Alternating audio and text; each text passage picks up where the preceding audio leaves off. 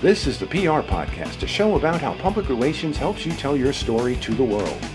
We talk with great PR practitioners who have the skills, creativity, and just plain savvy to get their clients noticed. Now here's your host, Jody Fisher. Hey everyone, and welcome to the PR Podcast. I'm Jody Fisher. Thanks for joining us. Well, make sure you're tuning into our YouTube channel. We post all of our episodes on YouTube, so you can watch the show as well as listen to the show. Now, with all the changes in the podcast ecosystems, depending on where you get your podcasts, we are on Apple, we're on Spotify. Apple, I know, is updating their podcast platform to accommodate video podcasts, so we're going to play with that, see if we can put video up on Apple. But no matter where you're listening to us, you can always watch us on YouTube. So search the PR Podcast on YouTube. Check us out there, subscribe to the channel, hit the like and the share and the everything else. We post episodes every Monday when they drop on the podcast platforms. We put them up on YouTube as well. So watch your favorite episodes there. Now let's get on with our show for today. We got a great guest.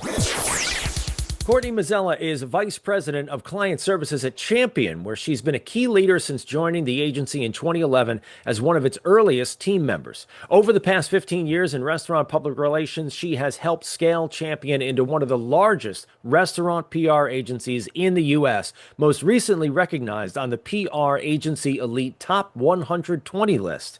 Courtney specializes in grand openings, local store marketing, crisis communications, media and influencer relations, and high-touch client service. And she's known for building indispensable client partnerships and helping brands establish meaningful community presence and long-term relevance. She's a native of the Dallas-Fort Worth Metroplex. She's a wife, mama too, and passionate about thoughtful branding, hospitality, and community-driven growth. Courtney, welcome to the PR Podcast. Hey, Jody. Thanks so much for having me. I'm excited to be here. Thrilled to be on here with you. Now, I have a restaurant client of my own, but I don't go as deep into restaurant as you do. Let's talk about your work in the restaurant space. How'd you get started? What inspired you to get into restaurant PR? Yeah, well, I mean, PR is so fun as it is, but restaurant PR, I don't think that there's like anything that's more fun, right? So my background, when I was in college, I worked my way through college by being a bartender at Chili's. So kind of fell in love with the restaurant space. By the way, did you have your flair? Did you have your flair? Oh yeah. Well, that might be Bennigan's and TGI Fridays, but Chili's had some flair, right? We love a good margarita shirt. Oh, that's right. I'm so sorry. I'm so sorry. That's okay. That's okay. No, but I just really fell in love with the restaurant space and, met people and began. Champion was essentially my second job out of college. Was very new to the PR space of things, but always loved the restaurant world. So I think it's just the most perfect job you could have. That's great. And 15 years down the road, what's keeping things fresh for you in restaurant? I mean, opening a restaurant is, some might argue, a little insane, right? It's the easiest way to turn $1 million into $100,000 is the old joke.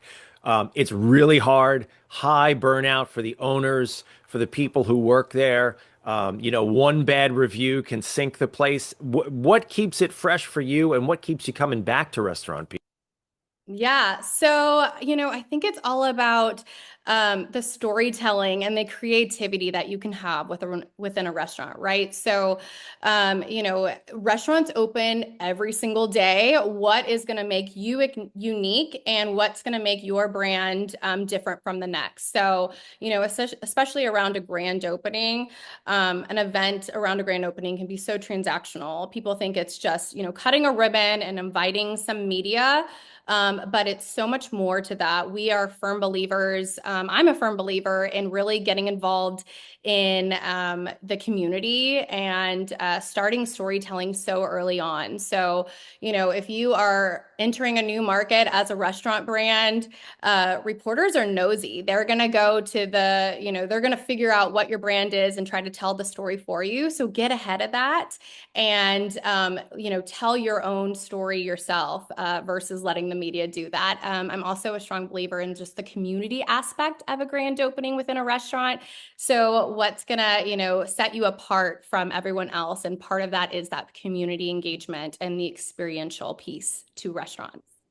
Let's talk a little bit about the community engagement piece. I mean, is it as simple as inviting the chairman of the local chamber of commerce? It's got to be more than that, right? How do you get a restaurant to connect with the community, especially one that's starting out, I guess? Yeah, so you can have millions of social media followers, but at the end of the day, and you could go viral for absolutely no reason at all. But if the community is not coming into your restaurant and driving sales, then none of that really matters. So we believe in local store marketing and building those relationships early on. So connecting with your schools, connecting with the nonprofits, getting involved with the community groups and the neighborhood influencers. Of course, combining that with the traditional PR landscape, that's also just as important. Influencers, those content creators are becoming the new form of traditional media too, right? So, sometimes the LSM piece isn't as luxurious and flashy as the national PR campaigns can be, but they're just as fun and they're so important because in the end, that's gonna drive the frequency and the relevancy and just keep people coming back to that restaurant. I've got to imagine too that launching a new restaurant can be a little tricky in terms of branding it, because on the one hand, the owner has got an idea of what and who they want to be. The chef has got an idea of what they want to be known for. You've got ideas on what's going to work and sort of set them apart in the landscape. And that can get a little chaotic. I got a conversation, I imagine, can get a little chaotic there. Can you walk us through either a hypothetical or a, redact the names to protect the innocent kind of scenario where you're helping a restaurant open? What are you getting them to think about, and how are you getting them to calibrate their thinking about what success looks like with an opening for a restaurant? Yeah, and definitely we'll leave out names, but a big piece of it is really getting the buy-in from the whether that be the franchisee or the local GM or the local owner. My agency Champion does work with more of the national brands. So we're typically working with like a local GM or a franchisee, and you have to have their buy-in. That was we can preach all day long about local store marketing, and we can do the traditional PR outreach that we're going to do and invite the media. But if you don't have somebody that's willing to get outside of their four doors and go greet the people within their community and tell them what the experience is all about, then we can't be successful with the LSM piece of it. So we try to educate really early on, about when we're under construction, and we're doing the PR piece behind the scenes. We try to educate the operators on how important it is to really just embed themselves in the community and the why behind it, right? We have to get them excited. An operator should be so focused on ops, which I can get into that too. Ops is the core to the business. And so I think it's great that operators do, want to be within their four walls, but also how do we do it so they get excited to maybe do two pre-opening events prior to opening so they can go and they can show off their food or their drinks and shake hands with the community leaders and do some food drops to the local media, or connect with the local content creators for an event. So it's just kind of getting their buy-in and explaining why it's so important in advance. And then, once doors open, you're going to be on a high. You're in that honeymoon period. The traffic's coming organically. Everyone wants to go experience the new restaurant that just came to town. So let's give them their moment. Let's let ops work out those kinks, and then we'll go back to the LSM piece, maybe 3 months after opening. There's no industry, I think, more inclined, let's put it that way, to the soft opening, because you're talking about sort of working out kinks and I've worked with restaurants that want to open but don't want to say anything about it just yet. And on the one hand, you can understand it, but on the other hand, the PR nervous system that I have is going off saying you only get one shot at a grand opening. Where do you land on that spectrum of sort of, super secretive, soft opening to work things out versus blow the doors out, invite everybody, cut the ribbon, cue the fireworks, and make a line down the street? Yeah, so you are speaking my language.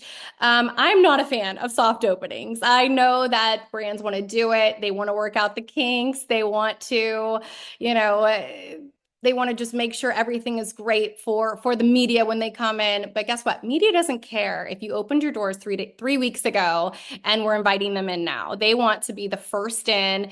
Same with customers. Customers want that exciting line. They want to camp out overnight. When we have brands coming into a new market and we have literally kids camped out overnight to be the first 100 in line, that's a great PR story. So I try to encourage clients to not soft open. We'll work with whatever we got to, but it dilutes the media excitement, the content creator excitement, and the community excitement. And does that, I couldn't agree with you more. I mean, I think, cue the fireworks. Let's go, man. Let's have the line down the street. Um, the types of restaurants that you're working with, I guess we really didn't define at the top of our conversation here because there's a huge spectrum of the types of restaurants that you could be opening. What types of restaurants have you worked with in opening, and what strategies work best with a type of restaurant? You can go from fast food to white tablecloth, right? I mean, where are you on the spectrum? Yeah, so Champion is actually the largest PR agency for restaurant brands. So, like I said, we are on a mostly with the national level. So we work with all areas. We are fast food, we are QSR, we're fast casual, casual dining, and fine dining. And to your point, every opening is different, and so we have to work with what's best for that brand. You have to be authentic to that brand. Doesn't probably make sense to work with, a local, youth soccer team if we're promoting a fine dining restaurant. So what are things that we can do that elevate that experience that's just as impactful as working with a QSR brand and, getting, all of the Girl Scouts in line. I knew we were talking about Girl Scouts earlier, right? So every brand is going to be different and every type of restaurant will be different. We're lucky to work with all of them. And so we have fun with all of them. Even with the fine dining restaurants, though, we still want those lines. We want those reservations booked out, right? We want that VIP night to be the place to be, whether that be populating with the city officials and the who's who and all of the content creators and the local media. So we just have to have fun with it in a little different of a way. The cue the fireworks and have the balloon arches and all of that stuff that works great for those fast casual type brands, and we definitely do that.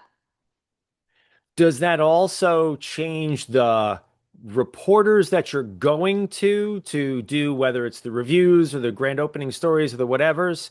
Does the type of restaurant change the who you go to or the who you pursue in getting the coverage, or is it kind of consistent across the board?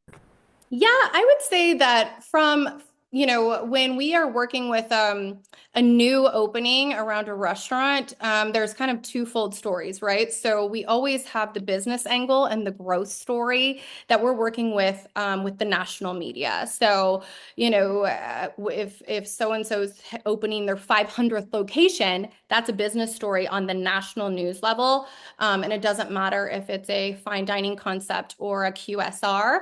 But on a local level, we want all of that that media to come in and experience it and tell it. So, and we have fun with it all. We want the weather reporter to broadcast from that new restaurant opening, and we want the sports reporter to maybe come out and meet the celebrity sports personality that we're working with on grand opening day and have an interview with them there, along with obviously the food reporters. That's super important. We work with them on the daily.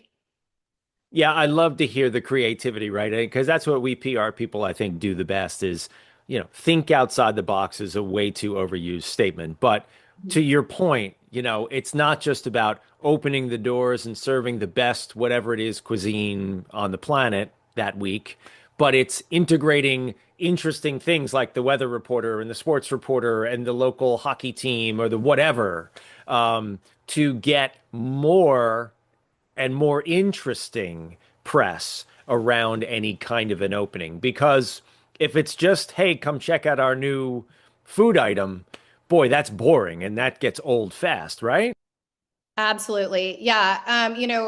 I am lucky. Like I said, we kicked it off with restaurant PR is fun. It's a little different than, tech PR and banking PR and all of that. You have to get really creative with those. Everyone loves food. And so we can work with all types of media. We can encourage all types of media, even if they don't typically cover food, they want to experience it. A hamburger makes everyone happy. So Everyone apparently except the CEO of McDonald's this week. yes. Although it is driving sales, right? I want to go try that burger. Like I'm gonna probably try it today. So it's Right. worth. So you and I didn't say that I was going to ask you this question, but since we brought it up, and I won't hold you anything here, and maybe I'll give you my opinion. We all saw that video of the CEO of McDonald's trying that new Arch burger, and I think we can generally all agree that it was kind of cringy. Like Yeah. it looked like he wasn't really enjoying his own burger, and he didn't even call it a burger, he called it a product, which was really weird. He didn't Um, follow talking points. right? But to your point, there is this thread out there now, and I haven't seen it confirmed yet, that maybe it was all the cringiness was on purpose in order to do exactly what you just said, which is drive the virality of it and get people to go out and say, well, what is this thing? What do you think? Yeah, so I think we're seeing that we live in a world of like how unpredictable people can be and what's going to go viral and what's not. I feel like when McDonald's was making that video, I don't know if they thought it. I guess that's a really good argument. Like maybe it was intentional, but you would think that he would have some really solid prep and talking points and a script nailed down before he did that. So maybe there is some underlined things as to why he did it. And it's everywhere. I mean, I watched it and I cringed and I was like, okay, yeah, it doesn't feel like he's really liking this burger. Although the burger looked great. It was showcased and it looked like a really appetizing burger. And I think it just really shows like the viral world could be so unpredictable. You don't know what's going to stick. You don't know what trend is going to happen this week or next. It's going to be old news next week, but right now it happened. Sales are up. I'm sure traffic is through the roof at McDonald's. Everyone's wanting to go try the big arch, and then all these other brands are knocking it off, right? We have quite a few brands that have their CEOs trying their products right now, and it's funny and it's great social content. Yeah, it's really fascinating to watch, and for us PR people who always think about, the backstory of what went into this and how did it get made and who made the decisions and thinking about the pitch meeting and all. Yeah, it'll be interesting to see if anything more comes out about, the backstory to this video, which for better or for worse is undeniably viral at this point. That also is a great segue into the 1,000-mile wide landmine that is food reviewers and social media influencers, which I'm sure can be your biggest dream and your worst nightmare in restaurant PR. Talk about how you work with food influencers, food reviewers. I'm specifically talking about social media, right? Mhm. One bad social media video, I hate this restaurant or whatever, can really sink a place, right? And one great one can put it over the top. How do you work with those folks? Yeah, so we are really doubling down at Champion in the influencer and content creator space. Traditional media is what Champion was founded on. We are a PR agency at our core, but we, as the years have evolved, have really become more omni-channel, and we're leaning into what the world is leaning into, which is the content creator space of things, right? So we have an entire influencer department that very similar to how we have a media relations department, which all they do all day is connect with national and local media, and that's their core job. They're pitching, they're distributing. We have invested in an influencer department, and they're doing the same thing from content creators. So they're connecting with content creators all day, every day, for our various brands, and working in tandem with them and creating really great partnerships for them. But, kind of to your second point, how do we alleviate the bad side of it too? I think we just always have to have a plan in place, and you have to be ready for what can stick and what can come at you in maybe a negative light, right? If a content creator has a bad experience and it was out of our control and they just happen to be going in, we have to really own it. And I feel like the brands that do the best with navigating those types of situations just take accountability and don't necessarily hide from what's going on in that viral space. The food and the content creators, I'm sorry, I used influencers. They don't want to be called influencers anymore. I know. But the food content creators that you're working with, are they essentially functioning as food reviewers? In other words, you're not paying them to come in and review the food, right? I mean, how does it work? Tell me how you walk through the relationship. Yeah, that's a great question.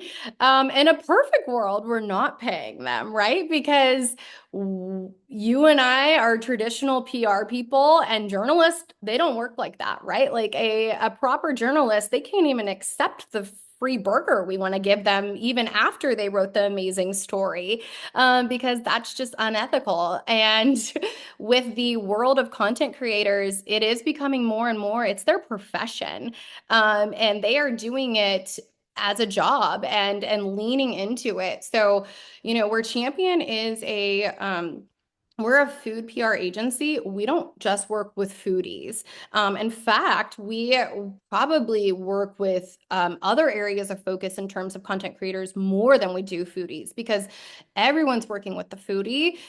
So our brands want to work with, if it's a lifestyle brand, we will work with wellness type influencers. If it's a QSR brand and a mom decision maker, we need to find the mom content creators. If it's a coffee brand, let's find the day in a life, an influencer that is maybe a teacher or a career woman who also is kind of showing what she's doing throughout the day. So we get really creative in that facet. We do, there's both. We always encourage our brands to have a budget for content creators, because it just is going to help. And, we don't want to, um, also always come off as like, well, we don't have any budget, right? So it's nice if we have a budget. Having a designated influencer relations team, they're able to negotiate every day. And so, we don't necessarily always go with the rate that they're telling us, because there's a lot of factors that go into that. You have to look at what the engagement looks like and what the reach is, and things like that. But I think it's probably about 70-30. 70% we have to have a little bit of budget, and 30% is trade. It also depends on how much they love the brand. We like to work with content creators that are tagging our brands and going to them already, because then we know that they're fans of us. And so why wouldn't they want to work with us for, no cost? Yeah, and that's kind of what I meant, right? On the one hand, if you're asking someone to review, like you said, they will come in and review, but they will pay for their own meal because ethically they can't be paid for reviewing something. And I used to work with a photographer from the New York Times who literally would not accept a glass of water when he came to cover our events. Bill Cunningham, a wonderful guy. But on the other hand, you've got content creators who are doing this for a job, right? And they need to get paid. It's understandable. They need to get paid. So I guess what I'm hearing is that you're utilizing both. On the one hand, you're asking the foodies to do the reviews for free, ethically, come in, they pay for their meal, they write an honest review. And on the other hand, working with content creators who you may pay a little bit to produce videos that prop up the property and make it look good, right? Exactly. It's a hybrid of both. You know, there's been some amazing brands lately that have really moved the needle by just working with content creators. And so you can see that. I love when I get on, TikTok and Instagram and I see the triple dipper, going everywhere in my feed as an old chili head. It makes me excited that this brand is coming back through just working with content creators. They doubled down in that space, and it's working because the new generation who had never been to Chili's in their life is now they're all about the triple dipper. So there is so much credibility into content creators and a new form of traditional media, I feel. So let's talk to the young PR person, or maybe the person who's bartending at Chili's right now, thinking, maybe I want to get into restaurant PR. What would you tell them, or what might you have told what would you tell your younger self, in sort of starting out this journey and how you get into it, what to expect, and what to prepare for? Yeah, that's a great question.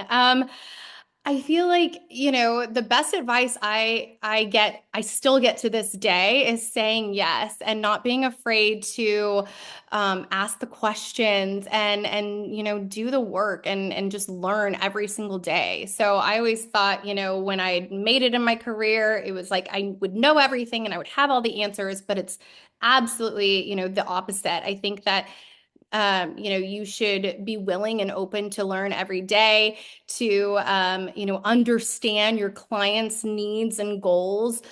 We are now challenging our team members at our agency that it's so much more than just the national PR campaign that we're launching. We need to ask the tough questions. We need to ask them what their business goals are. We need to ask them, hey, it was National Taco Day last year. That was your Super Bowl.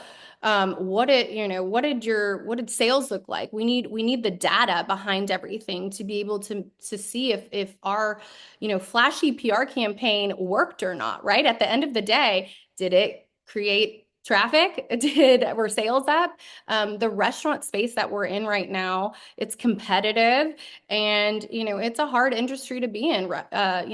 Restaurant sales are down. If you look at, what's going on and what's being talked about in the media, everyone's fighting for that space. And so it's important for us on the PR side to really be that strategic partner and ask those questions and make sure we're able to tie things back to traffic and sales. Well, it's great perspective and definitely a industry sector that is not going away. People still love going out to eat. And Courtney, thank you so much for sharing your story and your perspectives here with us today. Thank you. Well, we are not done with you yet, however. We are going to segue now into the rapid fire question portion of our podcast. This is where we steal a page from inside the actor's studio. We ask our guests a series of rapid fire questions meant to elicit a simple answer, maybe a laugh or two. With your indulgence, Courtney Mazzella, let's begin with rapid fire question number one. What's your favorite news source?